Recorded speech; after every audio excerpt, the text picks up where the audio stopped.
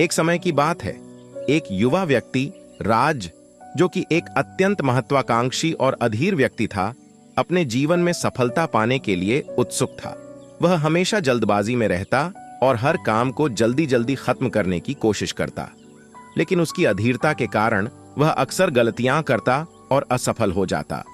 एक दिन राज को पता चला कि पास के गांव में एक महान साधु रहते हैं जो जीवन की समस्याओं का समाधान करने में निपुण हैं।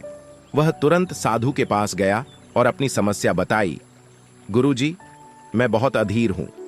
मैं अपने जीवन में सफलता पाना चाहता हूं, लेकिन मेरी अधीरता मुझे हमेशा असफल बना देती है। कृपया मुझे मार्गदर्शन दें। साधु ने मुस्कुराते हुए राज को एक कथा सुनाने का निर्णय लिया।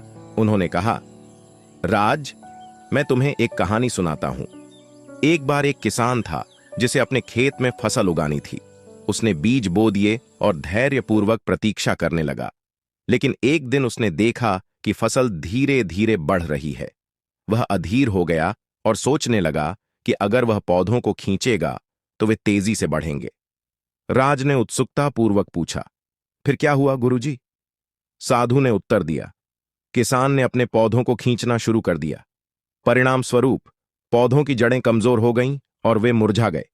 किसान की अधीरता ने उसकी पूरी फसल को नष्ट कर दिया। राज ने सिर झुकाकर कहा, गुरुजी, मैं समझ गया। मेरी अधीरता भी मेरी सफलता की जड़ें कमजोर कर रही है। मुझे धैर्य सीखना होगा। साधु ने समझाया, बिल्कुल सही राज। जैसे एक पौधे को समय और धैर्य की आवश्यकता होती है बढ़ने के लिए, वैसे ही जीवन में सफलता पाने के लिए भी धैर्य और मेहनत की आवश्यकता होती है। हर चीज का अपना समय होता है और उसे जल्दबाजी में हासिल नहीं किया जा सकता। राज ने साधु की शिक्षा को गहराई से समझा और अपने जीवन में धैर्य को अपनाने का संकल्प लिया।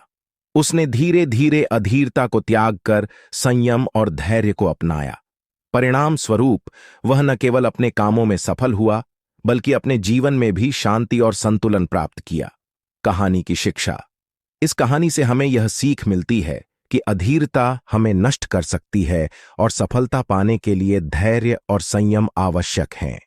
हर चीज का अपना समय होता है और हमें उसे जल्दबाजी में प्राप्त करने की कोशिश नहीं करनी चाहिए। धैर्यपूर्वक प्रयास करने से ही हम जीवन में सच्ची सफलता और संतोष प्राप्त कर सकते हैं।